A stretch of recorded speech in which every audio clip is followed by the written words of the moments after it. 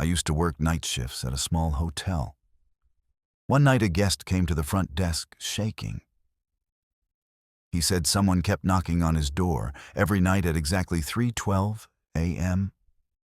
I checked the cameras. No one was there the next morning. Housekeeping refused to clean his room.